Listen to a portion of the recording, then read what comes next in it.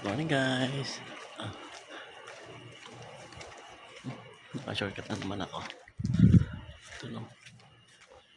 Okay. Malapit lang dito eh. Kaya kahit anong alanganin ng oras, ganito, okay lang. Kasi paglabas ko dito na yung garahe namin eh.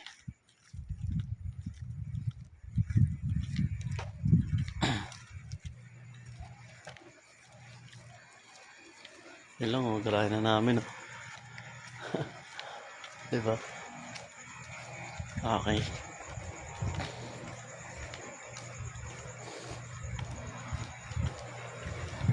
Hindi ganong malayo.